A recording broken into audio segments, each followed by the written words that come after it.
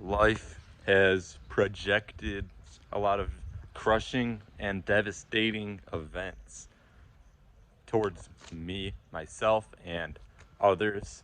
From what I've noticed, this year has been what you would call crushing in terms of what's been projected to me, but how I respond is completely, up to me. Like I decide that, and I feel individually stronger and more evolved, more equipped to respond accordingly.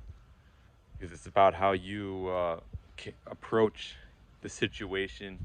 It's how you prepare, and you know how to be, you know how to act in these situations. The response, because a lot of doom and gloom could be projected, and it's it's important to know that things in your external environment you have no control over, because those are you know protocols and programs that go on without you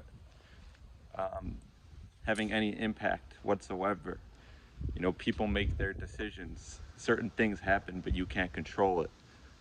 And the way that I see it is, the way things are is it's very possible it just keep getting worse in terms of world events and um, things that happen in your environment, people that you know. You can do everything you can to help them out. You can't really control what goes on,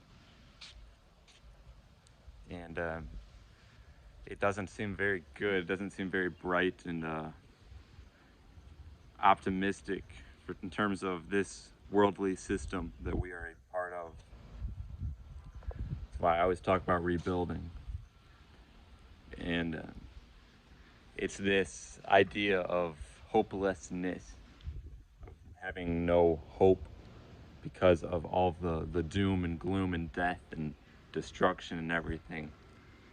The media is almost entirely portrayed as, fear, death, gloom, bad energies, bad things happening.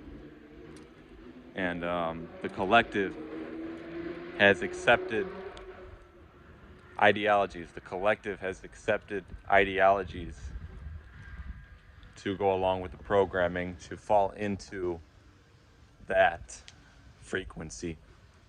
'Cause that's what it is. It's frequency control. You got to be aware. This is where you need to have a strong mind. This is and this is a test for myself personally.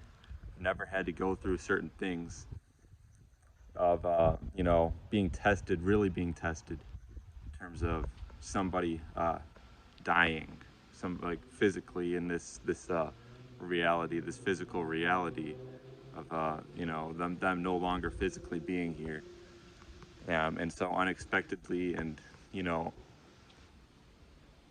under the most like seemingly unfortunate circumstances, or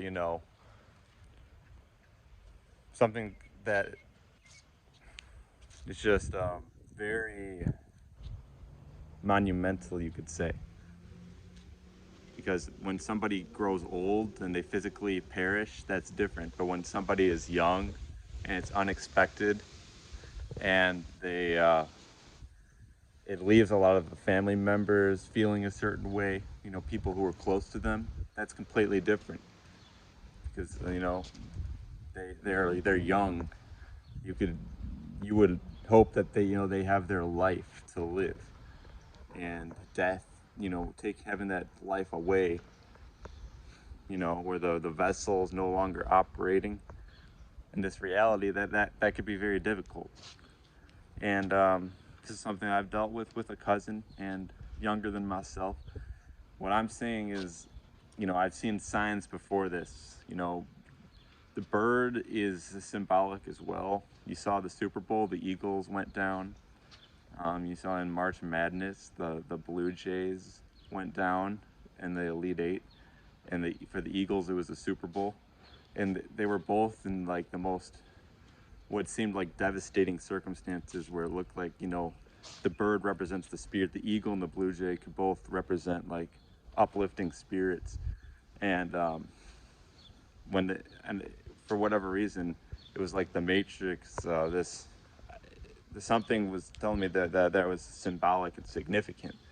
So I was like, my spirit wanted them to win because of the symbolism represents this reality. Everything that we see in the sports is like a script for what we experience personally. It shows us what is happening directly with our lives. Everything's symbolic. So when they lost, it depicted doom and gloom, death, and destroying the spirit. So it's like this portrayal of all hope is gone. And Slipknot has an album of that. But it's all, that what